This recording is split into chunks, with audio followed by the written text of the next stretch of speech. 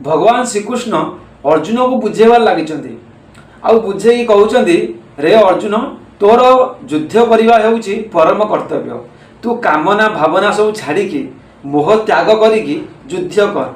वर्तमान युद्ध भूमि अच्छा भगवान श्रीकृष्ण अच्छा अर्जुन अच्छा।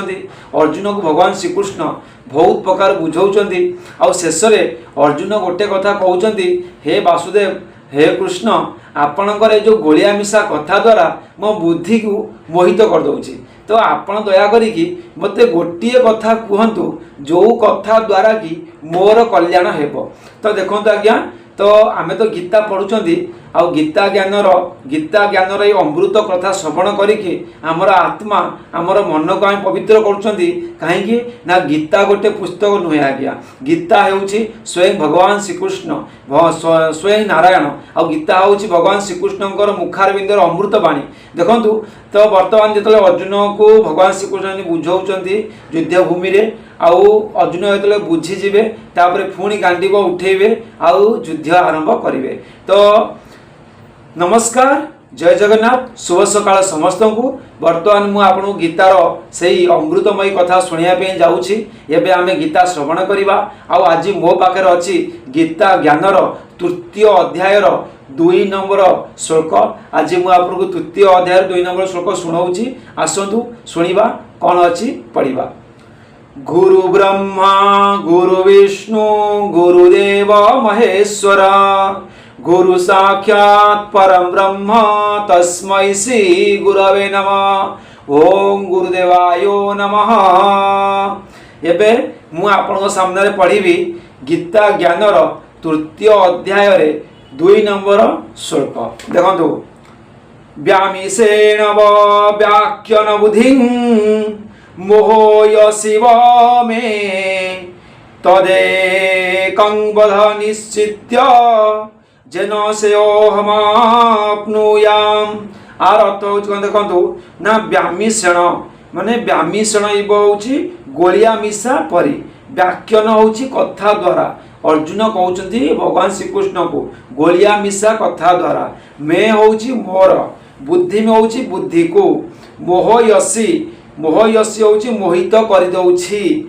तत् होछि सही एकम होछि गोटिए कथा निश्चित होछि निश्चय करी बद्ध होछि कुहंतु जेन होछि जहा द्वारा की होछि अहम अहम होछि मु श्रेय होछि कल्याण आपनु प्राय होछि पाइजिबी।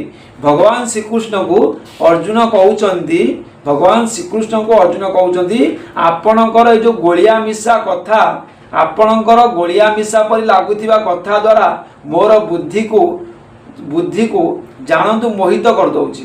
तेणु निश्चय करी गोटे कथा कहतु जहा द्वारा मोर कल्याण हो। अच्छा भगवान श्रीकृष्ण को एमती कहीं कहले अर्जुन मते गोटे कथा कहतु जहाँकि मोर कल्याण हेब ना। भगवान अनेक कथा बुझाऊँच आउ अर्जुन सब बुझुंट आउ जानूँ तापर पुणी जाशुणी कहते एमती गोटे कथा कहतु जहाँकि मोर कल्याण हेब। कहाँपी आम मानक लोक मानक संसार कल्याण पाई जो कथा कि समस्ते शुणिले समस्त कल्याण हेब। आसतु आमे भी शुणा आमर कल्याण हेब। कौन कहते प्रश्न कौन ना आपण गोलिया मिशा कथा कही मोर बुद्धि को जानतु मोहित प्राय करदेउछि। यही वाक्यर अभिप्राय कौन कहीं अर्जुन भगवान श्रीकृष्ण को एमिति कहले। देखंतु ना जो कथारे कौन सी साधना निश्चय करी पुष्ट रूपे कुहा जाई नाही जोथिरे विभिन्न प्रकार कथार सम्मिश्रण हो जाइछि ताहार नाम व्यामिष बा गोलिया मिशा।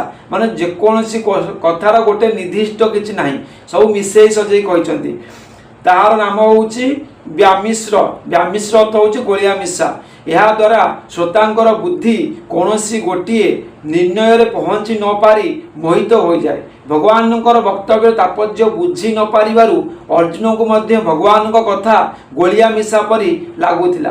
कारण बुद्धि जोग अपेक्षा कर्म अत्यंत निकृष्ट। तुम्हें बुद्धिर आश्रय ग्रहण कर। यही कथारु अर्जुन बुझीथिले जे भगवान ज्ञानर प्रशंसा एवं कर्मर निंदा करुछंती। ଏବଂ ତାଙ୍କୁ ଜ୍ଞାନର ଆଶ୍ରୟ ନେବାକୁ କହୁଛନ୍ତି ତଥା ବୁଦ୍ଧିଯୁକ୍ତ ପୁରୁଷ ପୁଣ୍ୟ ଓ ପାପକୁ ଇହଲୋକରେ ହିଁ ଛାଡ଼ି ଦିଅନ୍ତି। ଏହି କଥାରୁ ସେ ବୁଝିଥିଲେ ଯେ ପୁଣ୍ୟ ପାପ ଋଷି ସମସ୍ତ କର୍ମକୁ ସ୍ୱରୂପ ତ୍ୟାଗ କରିଦେବା ଲୋକଙ୍କୁ ଭଗବାନ ବୁଦ୍ଧିଯୁକ୍ତ ବୋଲି କୁହନ୍ତି। ଏହାର ବିପରୀତ ତୁମର କେବଳ କର୍ମରେ ଅଧିକାର ଅଛି, ତୁମେ ଯୋଗରେ ଅବସ୍ଥିତ ହୋଇ କର୍ମ କର। ଏହି ବାକ୍ୟରୁ ଅର୍ଜୁନ ଧରି ନେଇଛନ୍ତି ଯେ ଭଗବାନ ତାଙ୍କୁ କର୍ମରେ ନିଯୁକ୍ତ କରୁଛନ୍ତି। ଏହା ବ୍ୟତୀତ ନିସ୍ତ୍ରେୟ ଗୁଣୀୟ ଭବ ଆତ୍ମବାନ ଭବ ଆଦି ବାକ୍ୟରେ କର୍ମ ତ୍ୟାଗ ଏବଂ ତସ୍ମାଦ ଯୁଦ୍ଧସ୍ୟ ଭାରତ ତତ୍ତ୍ୱଯୁଦ୍ଧାୟ ଯୁଜସ୍ୟ ତସ୍ମାଦ ଯୋଗାୟ ଯୁଜସ୍ୟ ଆଦି ବାକ୍ୟକୁ ସେ କର୍ମର ପ୍ରେରଣା ବୋଲି ବୁଝିଛନ୍ତି। ଏହିପରି ଭାବରେ ଉପରୋକ୍ତ କଥା ଶୁଣି ତାଙ୍କ ମନରେ ପରସ୍ପର ବିରୋଧ ଭାବ ଦେଖାଯାଇଛି। ତେଣୁ ଉପରୋକ୍ତ ବାକ୍ୟରେ ସେ ଦୁଇଥର ଇବ ପଦ ପ୍ରୟୋଗ କରି ଜଣାଇଛନ୍ତି, ଯଦ୍ୟପି ଆପଣ ମୋତେ ସ୍ପଷ୍ଟ ଭାବରେ ଅଲଗା ଅଲଗା ସାଧନା ବୁଝାଉଛନ୍ତି, କୌଣସି କଥା ମିଶେଇ ଗୋଳେଇ କହୁନାହାନ୍ତି ଏବଂ ଆପଣ ମୋର ପରମ ପ୍ରିୟ ମଙ୍ଗଳ ଆକାଂକ୍ଷା ହୋଇଥିବାରୁ ମୋତେ ମୋହିତ ମଧ୍ୟ କରୁନାହାନ୍ତି, ବରଂ ମୋର ମୋହ ନାଶ କରିବାକୁ ହିଁ ଉପଦେଶ ଦେଉଛନ୍ତି। ତଥାପି ନିଜର ଅଜ୍ଞାନ ହେତୁ ମୋତେ ଲାଗୁଛି ମୋତେ ଆପଣ ପରସ୍ପର ବିରୋଧୀ ଏବଂ ମିଶା ଗୋଳିଆ କଥା କହି ମୋର ବୁଦ୍ଧିକୁ ମୋହିତ କରି ପକାଉଛନ୍ତି। ଅର୍ଜୁନ କହୁଛନ୍ତି ଆପଣ ସବୁ ଠିକ କଥା କହୁଛନ୍ତି ଆଉ ମୁଁ ସବୁ ମଧ୍ୟ ବୁଝିପାରୁଛି, କିନ୍ତୁ ମୁଁ ମୋହ ଦ୍ୱାରା ପଡ଼ିକି ମୋତେ ଲାଗୁଛି କି ଆପଣ ମୋତେ ସବୁ କଥା ଗୋଳେଇ ମିଶେଇ କହୁଛନ୍ତି। ତ ଗୋଟେ କଥା ମୋତେ କୁହନ୍ତୁ ସରଳ ଭାଷାରେ ଯେଉଁଟାକି ମୋର କଲ୍ୟାଣ ହେବ। ଯଦି ଦ୍ୱିତୀୟ ଅଧ୍ୟାୟର 49 ଓ 50 ଶ୍ଲୋକ ଶୁଣି ଅର୍ଜୁନଙ୍କର ଏପରି ଭ୍ରମ ସୃଷ୍ଟି ହୋଇଥିଲା, ତେବେ 53 ଶ୍ଲୋକରେ ସେହି ବିଷୟ ସମାପ୍ତ ହେଉ ହେଉ ସେ ନିଜର ଭ୍ରମ ନିବାରଣ ପାଇଁ ଭଗବାନଙ୍କୁ କାହିଁକି ପଚାରି ନଥିଲେ? ମଝିରେ ଏତେ ବ୍ୟବଧାନ କାହିଁକି ହେଲା? ନା ଏହି କଥା ଠିକ୍ ଯେ ଅର୍ଜୁନଙ୍କର ଏହି ଶଙ୍କା ହୋଇଯାଇଥିଲା, ତେଣୁ 54 ଶ୍ଲୋକରେ ମଧ୍ୟ ଏହି ବିଷୟ ପଚାରି ନେବା ଆବଶ୍ୟକ ଥିଲା। କିନ୍ତୁ 53 ଶ୍ଲୋକରେ ଯେତେବେଳେ ଭଗବାନ କହିଥିଲେ ଯେତେବେଳେ ତୁମର ବୁଦ୍ଧି ମୋହରୂପକ ପଙ୍କକୁ ଅତିକ୍ରମ କରିଯିବ ଏବଂ ପରମାତ୍ମାଙ୍କ ସ୍ୱରୂପରେ ସ୍ଥିର ହୋଇଯିବ, ସେତେବେଳେ ତୁମେ ପରମାତ୍ମାଙ୍କ ସଂଯୋଗ ରୂପୀ ଯୋଗ ପ୍ରାପ୍ତ ହୋଇଯିବ। ତାହା ଶୁଣି ଅର୍ଜୁନଙ୍କ ମନରେ ପରମାତ୍ମାଙ୍କୁ ପ୍ରାପ୍ତ ହୋଇଥିବା ସ୍ଥିର ବୁଦ୍ଧିଯୁକ୍ତ ପୁରୁଷଙ୍କ ଲକ୍ଷଣ ଏବଂ ଆଚରଣ ଜାଣିବାକୁ ପ୍ରବଳ ଇଚ୍ଛା ଜାଗ୍ରତ ହେଲା। ତେଣୁ ସେ ନିଜର ପ୍ରଥମ ଶଙ୍କା ମନରେ ରଖି ପ୍ରଥମେ ସ୍ଥିତପ୍ରଜ୍ଞଙ୍କ ବିଷୟରେ ପ୍ରଶ୍ନ କରିଦେଲେ ଏବଂ ତାର ଉତ୍ତର ମିଳିବା ସଙ୍ଗେ ସଙ୍ଗେ ଏହି ଶଙ୍କାକୁ ଭଗବାନଙ୍କ ଆଗରେ ରଖିଦେଲେ। ଯଦି ସେ ପ୍ରଥମେ ଏ କଥା ପଚାରିଥାନ୍ତେ ତେବେ ସ୍ଥିତପ୍ରଜ୍ଞ ସମ୍ବନ୍ଧୀ କଥାଟି ଆସିବାକୁ ଏଠାରୁ ବି ଅଧିକ ବ୍ୟବଧାନ ପଡ଼ିଯାଇଥାନ୍ତା।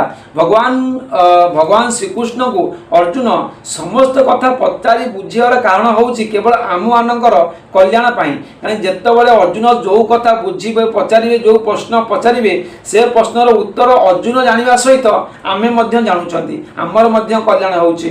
ପୁଣି ପ୍ରଶ୍ନ ଆସିଲା, ନା ନିଶ୍ଚିତ କରି ଗୋଟିଏ କଥା କୁହନ୍ତୁ ଯାହାଦ୍ୱାରା ମୋର କଲ୍ୟାଣ ହେବ। ତାର ତାତ୍ପର୍ଯ୍ୟ କ'ଣ? ନା ଏହା ଦ୍ୱାରା ଅର୍ଜୁନ କହୁଛନ୍ତି ଏ ପର୍ଯ୍ୟନ୍ତ ଆପଣ ମୋତେ ଯେତେ ଉପଦେଶ ଦେଇଛନ୍ତି ସେଥିରେ ପରସ୍ପର ବିରୋଧୀ ଭାବ ପ୍ରତୀତ ହେବାରୁ ମୁଁ ନିଜର କର୍ତ୍ତବ୍ୟ ନିର୍ଣ୍ଣୟ କରିପାରୁନାହିଁ। ନା ଆପଣ ମୋତେ ଯୁଦ୍ଧ କରିବାକୁ ଆଜ୍ଞା ଦେଉଛନ୍ତି, ନା ସମସ୍ତ କର୍ମ ତ୍ୟାଗ କରିଦେବାକୁ କହୁଛନ୍ତି।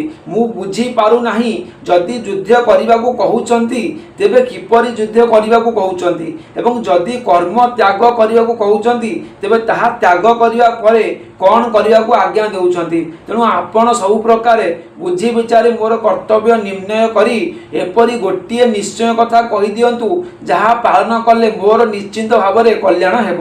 ଅର୍ଜୁନ କହୁଛନ୍ତି, ହେ ବାସୁଦେବ, ହେ କୃଷ୍ଣ, ମୋତେ ଗୋଟିଏ କଥା ବୁଝେଇକି କୁହନ୍ତୁ ଯେଉଁ କଥାକୁ ମୁଁ ଅନୁସରଣ କଲେ ଯେଉଁ କଥା ଦ୍ୱାରା ମୋର କଲ୍ୟାଣ ହେଇଯିବ। ତାପରେ ପ୍ରଶ୍ନ ଆସିଲା, ଏଠାରେ ଶ୍ରେୟ ପଦର ଅର୍ଥ କଲ୍ୟାଣ ବୋଲି କହିବାର ଅଭିପ୍ରାୟ କ'ଣ? ନା ଅର୍ଜୁନ ଏଠାରେ ଶ୍ରେୟ ପ୍ରାପ୍ତି ଦ୍ୱାରା ଇହଲୋକ ପରଲୋକ ଭୋଗ ପ୍ରାପ୍ତି କଥା କହୁନାହାନ୍ତି। କାରଣ ସେ ପ୍ରଥମରୁ କହିଦେଇଥିଲେ ଇହଲୋକରେ ନିଷ୍କଣ୍ଟକ ରାଜ୍ୟ ଭୋଗ ଏବଂ ଦେବତାମାନଙ୍କର ଆଧିପତ୍ୟ ମୋର ଶୋକ ଦୂର କରିପାରିବ ନାହିଁ। ତେଣୁ ତାଙ୍କ ଅଭିପ୍ରାୟରେ ଶ୍ରେୟ ପ୍ରାପ୍ତି ହେଉଛି ଶୋକ ମୋହକୁ ସର୍ବଦା ନାଶ କରି ଶାଶ୍ୱତ ଶାନ୍ତି ଓ ନିତ୍ୟାନନ୍ଦ ପ୍ରଦାନ କରୁଥିବା ନିତ୍ୟ ବସ୍ତୁର ପ୍ରାପ୍ତି। ତେଣୁ ଏଠାରେ ଶ୍ରେୟ ପଦର ଅର୍ଥ କଲ୍ୟାଣ କରାଯାଇଛି। ଦେଖନ୍ତୁ, ଭଗବାନ ଶ୍ରୀକୃଷ୍ଣ ତାଙ୍କୁ अर्जुन एपरी कथा कहउछंती कि मते गोटे कथा कहतु जहाँकि मोर कल्याण हेब। तो आज मु आपण मानकु गीता ज्ञानर तृतीय अध्याय 2 नंबर श्लोक शुणाई। तो भगवान श्रीकृष्ण को अर्जुन एमती क्वेश्चन करिसंती। तो काली की आमे गीता ज्ञानर तृतीय अध्याय 3 नंबर श्लोक रे पढ़िबा भगवान श्रीकृष्ण केमिति अर्जुनकर यही प्रश्नर उत्तर रखुचंती। से पर्यंत मते टिके विदाय दियंतु। एबे मते समय इशारा कलानी, मते आपण पाखरु विदाय नବାକୁ पड़िबो। पुन देखा हबा काली सकाळे गीता ज्ञानर तृतीय अध्याय 3 नंबर श्लोक सहित। रहिली आज्ञा। जय श्री कृष्ण। हर हर महादेव।